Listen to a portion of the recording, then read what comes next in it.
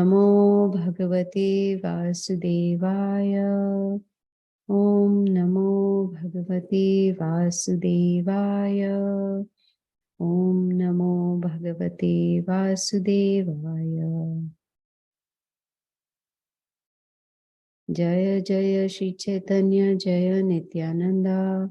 Jaya Dvaita Chandra Jaya Gaura Bhakta Vrinda.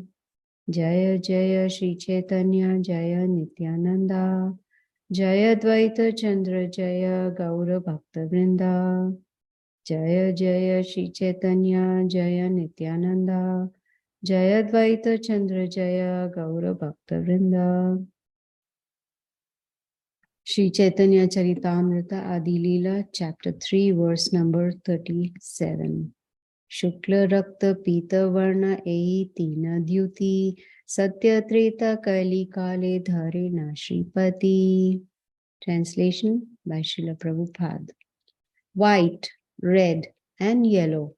These are the three bodily lusters that the Lord, the husband of the goddess of fortune, assumes in the ages of Satya, Treta, and Kali, respectively. Text number 38. Idanim dvapare tinho haila Krishna varna ei sab shastra gama puranira parma. Translation. Now, in the Dwapar Yuga, the Lord had descended in a blackish hue. This is the essence of the statements in the Puranas and other Vedic literatures with reference to the context. Text 39. Dwapare Bhagavan Shyamaha Pitavasani Ayudha Srivatsadbhir Ankaischa Lakshaner Upalakshitaha. Dwapare, in the Dwapar Yuga, Bhagavan, the Supreme Personality of Godhead, Shyamaha, blackish, Pitavasaha, having yellow clothes, Nija, own, Ayudha, having weapons, Srivatsa Adibhihi, such as Srivatsa, Ankaiha, by bodily markings, Cha, and Lakshanaiha, by external characteristics, such as the Kaustuva jewel, Upalakshitaha, characterized. Translation and purport by Srila Prabhupada. In the Dwapar Yuga, the personality of Godhead appears in a blackish hue. He is dressed in yellow, he holds his own weapons, and he is decorated with the Kaustuva jewel and the marks of Srivatsa. This is how his symptoms are described. Purport. This is a verse from Srimad Bhagavatam, Canto 11, Chapter 5, verse 27, spoken by Saint Karbhajana, one of the 9 royal mystics who explained to King Nimi the different features of the Lord in different ages. Om Agyanatimirandasya Gyananjana Shalakaya Chakshur Unmilitamena Tasmai Shri Gurave Namaha. Hare Krishna to everyone. Anasuya, may I humbly request you to unshare the screen, please. Thank you. So, we are continuing with the knowledge about the external reasons for the appearance of Sri Caitanya Mahaprabhu. And these verses that we read this morning, they are spoken by Garga Muni to Nanda Maharaj. And in these 3 verses, we noticed about Lord Krishna's incarnations. So in Satya Yuga, he appears in Shukla, which is in white color. And we can get the reference of this in 11th canto of Srimad Bhagavatam, chapter 5, verse 21. And I was reading the transcription of Srila Prabhupada's lecture that he gave in New York in 1966. And in his lecture, he mentioned that the incarnation in Satya Yuga was Hayagriva. And then the next, which is in Treta Yuga, is Rakta. The color is Rakta, which is red, and refers to Lord Ramachandra when he appeared in Treta Yuga. And the reference is from 11th canto, chapter 5, verse 24. But in Dwapar Yuga, Krishna came in his original form, which is blackish, hue, which is also known as Krishnatam or Shama color. That was in Dwapar Yuga. He came in his original form as Krishna. Now, many times we've heard about his appearance in Kali Yuga, and that's Pita color, which is yellow or golden, and that is Sri Caitanya Mahaprabhu. Now, Srila Prabhupada mentions in one of his lectures that Krishna, he can change the color of his body in different yugas. It's not that it has to be Shukla in Satya Yuga, or, no, he can change based on his will, whatever he desires. But in this verse, the last one that we read, we get knowledge about Krishna, about his the color of his outfit. He's dressed in yellow, and he carries weapons. And the distinguishing factor is two important things. Now, we have heard from Srila Prabhupada that when the living entities go to the spiritual world, they go in the spiritual body, which looks just like Vishnu. So now how do we figure out who is Krishna and the difference between the other living entities? So these are the two symbols, you can say, that one is Kaustuba jewel and the marks of Srivatsa. And what is that mark of Srivatsa? It's the wall of hair curling, and description is given. It's from left to right on the right side of the chest. From left to right on the right side of the chest. That's very interesting to know.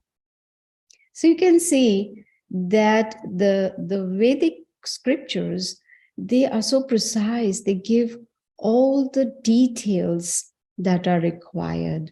Because sometimes, people may question, why this, why that, where is it given? Why do you say Krishna wears yellow? Why do you say, because it's all the references given in the Vedas.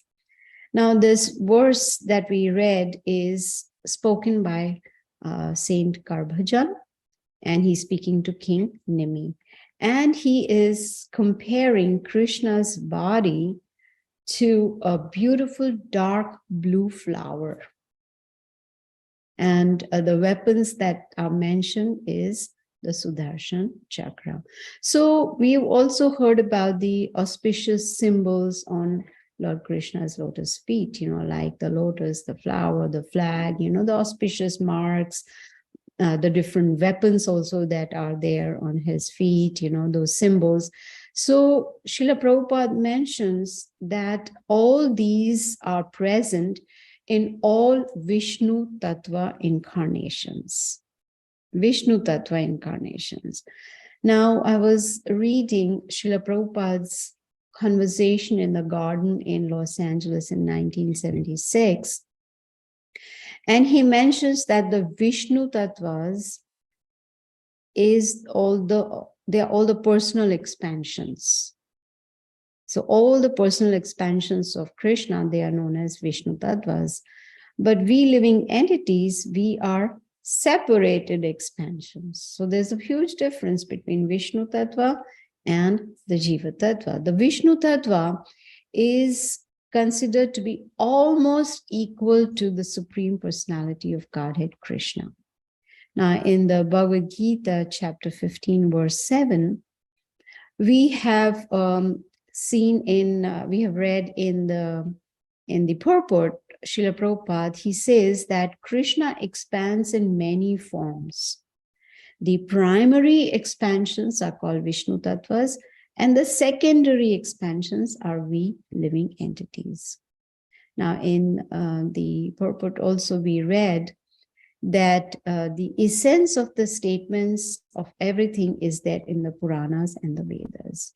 So once we try to understand the Vedic scriptures, especially the essence of the Vedas, which is Srimad Bhagavatam, and of course the Bhagavad Gita and Chaitanya Caritamrta, then we will get the complete overview. We will be able to, if we scrutinizingly study these scriptures, Srila Prabhupada said then there's nothing more to be known. It'll be like complete package, the whole knowledge that we require.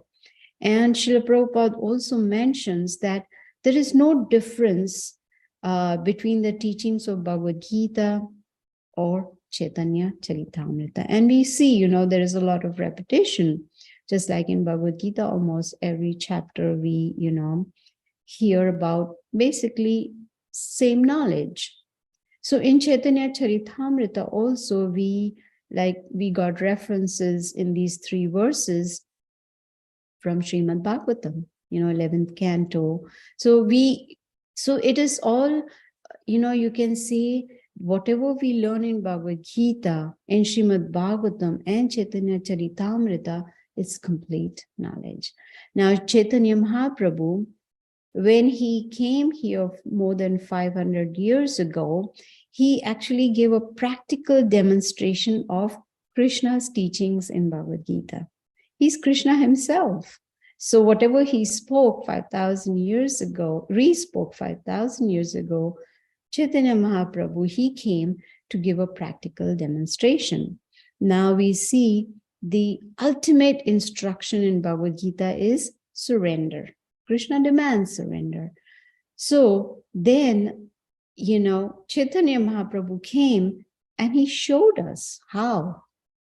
Because surrender is a very heavy word and it's a scary word too. People get scared. Oh, surrender. That means, where is my independence? Where's that minute independence that I have?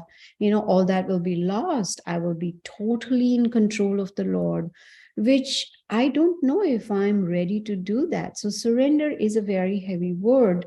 But Chaitanya Mahaprabhu came and he showed us a very simple process of surrender. And, when we follow that instruction of surrender, then Srila Prabhupada says, Krishna will take immediate direct charge of our lives. Now that is also a scary thought. How can we give charge of our lives to someone else? That is scary. So, but Srila Prabhupada, he's so kind and so compassionate. He, gave a very simple process, just chant and follow 4 regulative principles, and you can go back to Godhead. Simple. And that is surrender. Because once we start chanting with attention, attentive chanting, and we strictly follow the 4 regulative principles, then our way back to Godhead becomes very, very clear. It becomes very direct. It becomes very, you can say, it's conformed. That is what Srila Prabhupada says. So when Srila Prabhupada says Krishna will take direct charge of our lives, which means he will maintain us. That is what Krishna does with the pure devotees. He maintains them. Why? Because they are completely surrendered, like a child is surrendered to the mother, or like an animal is surrendered to the master. You see, when we have seen, so many dog lovers who have dogs, we can see how surrendered the dog is to the master. Say, sit, the dog will sit. Fetch, the dog will go fetch. If someone tells us to sit, we'll be like, excuse me? I will sit when I want to sit. Who are you to tell me when to sit, or go get me some glass of water. Oh, you go get it yourself, So, but here, the surrender that is talked about is like the child to the mother, completely surrendered. So now, since we're talking so much about surrender, it's important to know, what do we need to do to be surrendered? And there are 6 aspects to that. Rupa Goswami has explained. Accept whatever is favorable to devotional service, whatever, and reject whatever is unfavorable to devotional service. Thirdly, believe firmly in Krishna's protection. Not that there shouldn't be an iota of doubt, not even 0.1% of doubt that I'm not sure, is Krishna going to protect me or not protect me? Maybe in this situation, he'll protect me, and maybe in that he won't. No. Believe firmly in Krishna's protection.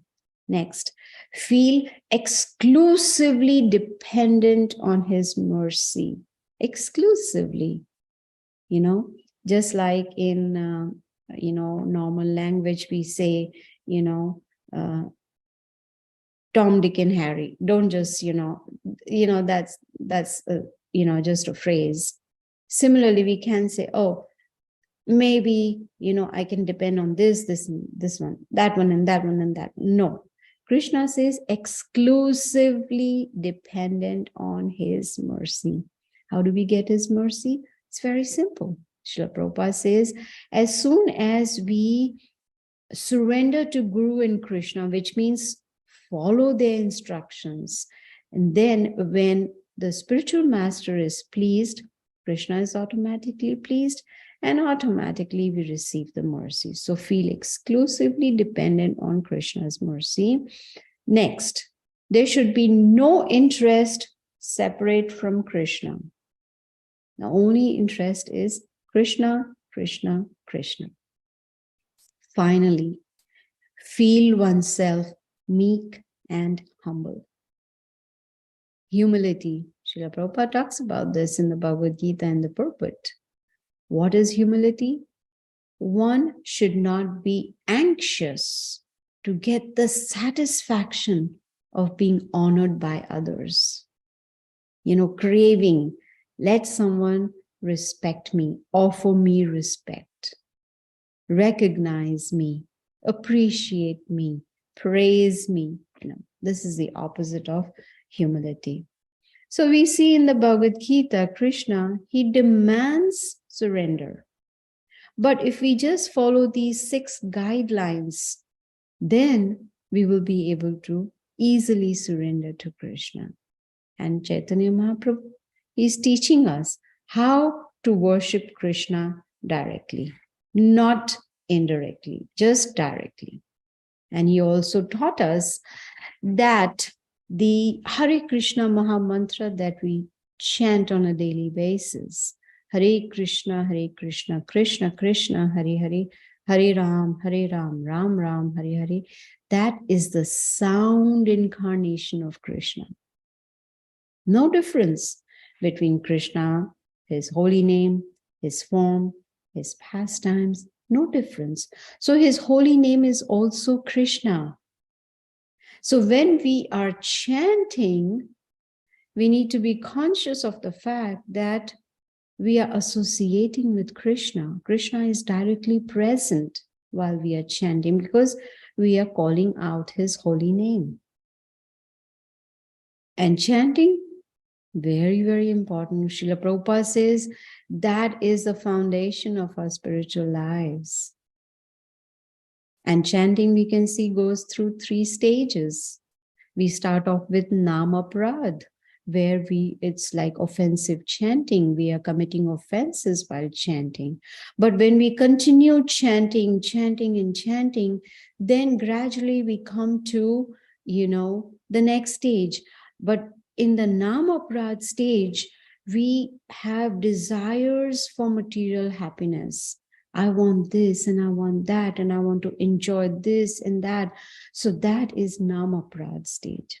But when we come to the clearing stage, which is called Namabhas, right?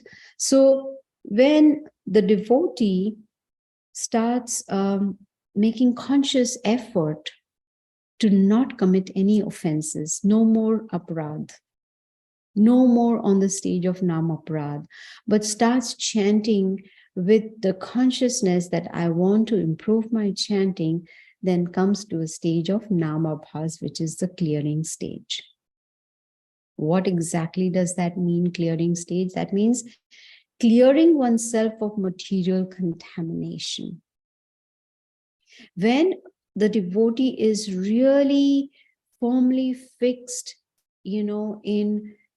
or is very focused in the clearing stage, that yes, I really want to come to the stage of pure chanting, Shuddhanam. pure chanting. Then gradually the devotee can reach that stage. And at that stage, Srila Prabhupada says, one is able to love Krishna. In the other two stages, Namaprad and Namabhas, the desire is there to love Krishna. But in Shuddhanam, pure chanting, one develops love for Krishna. Such a beautiful way, it is described. It gives us, the process, how, if we want to reach that stage of pure chanting. And Chaitanya Mahaprabhu says, loving Krishna is the highest stage of perfection. And important point is that only human beings can reach that stage. We cannot invite cats and dogs and, the animals and birds and, and explain the Bhagavad Gita or Sri Caitanya Charitamrta and teach them how to chant. I've heard some parrots, chanting Hare Krishna, but that's about it. It's not possible for them to develop love for Krishna, but for human beings, it is possible. So you see, we are so very fortunate that we have this rare human form of life, and more fortunate that we are in Srila Prabhupada's mission. We are part of this Krishna consciousness movement. So we are very, very fortunate. I always keep, talking about this fact that yes, right now we are fortunate that, we are hearing Chaitanya Charitamrita. But what if we are not successful at the end of this life, if we are not able to go back to Godhead, what will be the next birth? No idea. Will we remember Krishna at the time of death? What will we think of at the time of death, right? Yam yam vapi smaran bhavam. Whatever we are thinking at the time of death, to that stage we'll attain without fail. There's no doubt about it. So, even if we are fortunate enough to get a human form, is there a guarantee that we will come across a devotee? Even if you're fortunate to come across a devotee, even if we are fortunate enough to get a Bhagavad Gita or someone explains Krishna consciousness to us, will we take it up? That possibility is there. Like we approach so many people, requesting them to attend classes, to read Bhagavad Gita, but not everybody is interested. They say, oh, maybe when I get old, I might think about it, or maybe, so there is no guarantee. But right now, we have this facility, this opportunity, this great fortune that we are in Krishna consciousness. So we should take it up 100%. And Chaitanya Mahaprabhu, look at Krishna, so very kind. He came down in Kali Yuga to teach us the science of Krishna consciousness, which is absolute. Now, what does, we are talking so much about Krishna consciousness. What does it actually mean? It means engaging our mind, our senses in devotional service to Krishna. And guess what? No previous qualification is necessary. It's not that we have to be a PhD or a doctor or an engineer or, post. No, nothing at all. No qualification. Only thing required is that we sincerely follow this path of Krishna consciousness. Follow the teachings of Chaitanya Mahaprabhu and gradually become perfect, come to that perfect stage of Krishna consciousness. You see, this process that Srila Prabhupada has given us, it can give us relief from Maya.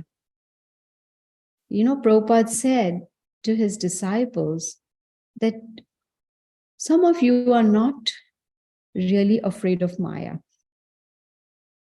That is our situation, at least I'm talking about myself. Not conscious of the fact that Maya can strike at any moment. She's waiting to see that, we are kind of distracted in some way or the other, and boom, she's there to attack us. So if we become interested in Krishna consciousness, then we can get relief from Maya. And that is possible when we get the mercy of Guru and Krishna. You see, Chaitanya Mahaprabhu, when he came, he taught us how we can focus on Krishna and stop the unnecessary and temporary activities. Why? So that we can, gradually elevate ourselves to the topmost platform, which is perfection of Krishna consciousness. And how kind Krishna is. He came down not as God, the Supreme Lord, but as a devotee. He did all the hard work to show us, set an example. You see, it's not hard work for him, but if we look from our perspective, there was no need for him to come as a devotee and chant all the time his own holy name, and be completely absorbed in his own self, himself. There was no need, but he wanted to show us how to be a devotee, teaching us how to become Krishna conscious. And Srila Prabhupada says Krishna consciousness means using common sense. You see, we do have common sense. What is it for? To use. There's a very nice story that there was this gentleman. He was on top of a tree and he was trying to cut a branch, with a saw or whatever. He was trying to cut a branch, but unfortunately, he was sitting on that branch that he was cutting, you see. So there was a man passing by. He looked up and he said, "Excuse me, sir, you will fall down," because he was sitting on the branch that he was cutting. So once the branch is cut, naturally he will fall down. He said, okay. He didn't bother about it. So this man, said, okay, it was my duty to inform you. So then when he cut the branch and he fell down, obviously, and then he told the man, "Are you an astrologer? Did you already know that I'm going to fall?" No, it's common sense. You're sitting on a branch that you're cutting, so naturally you're going to fall down. There's no astrology involved in this. It's common sense. So we have got that common sense. Srila Prabhupada has given us simple process that if we follow Sri Caitanya Mahaprabhu and his mission, our life will be successful. Now, $1 million question is, living in this polluted material world, how to remain unpolluted, right?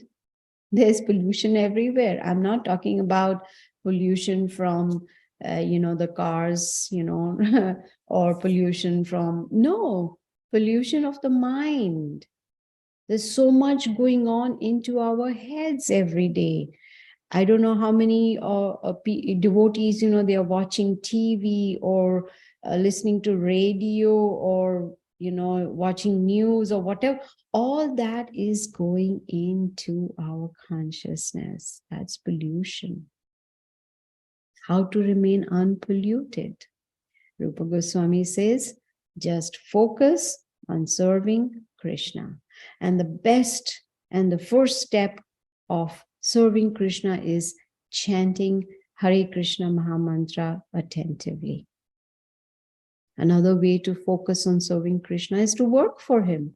Use everything that we have, whether it is money, talent, family, our speech, our body, our mind, our senses, our energy, our resources.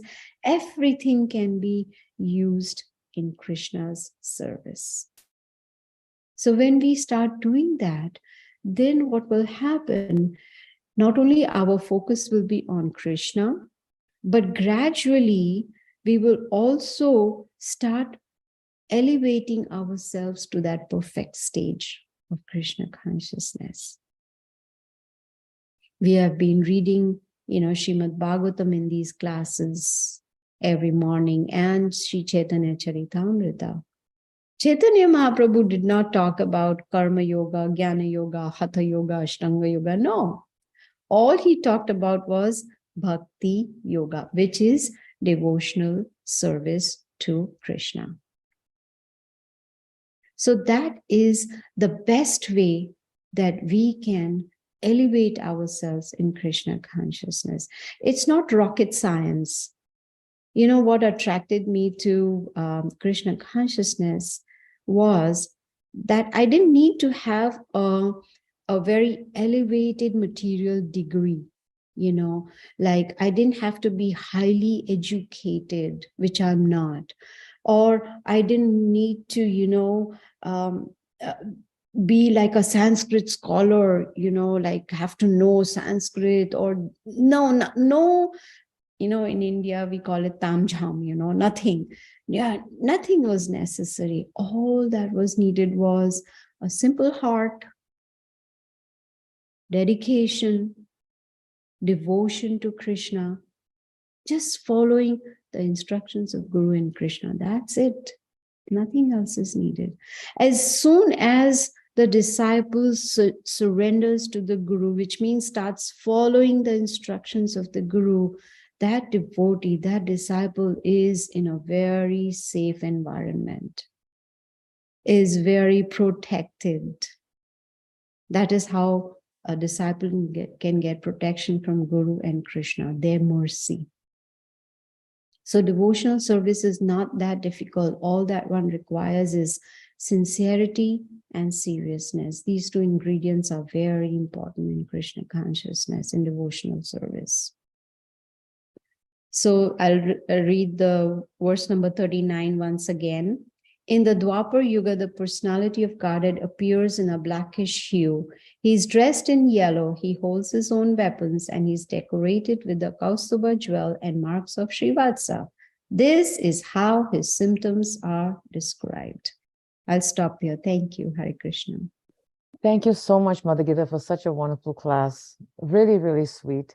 And at one point that really gave me chills down my spine is when you said, what if we don't make it this life, we come back next life, then what happened? I was like, oh, Krishna.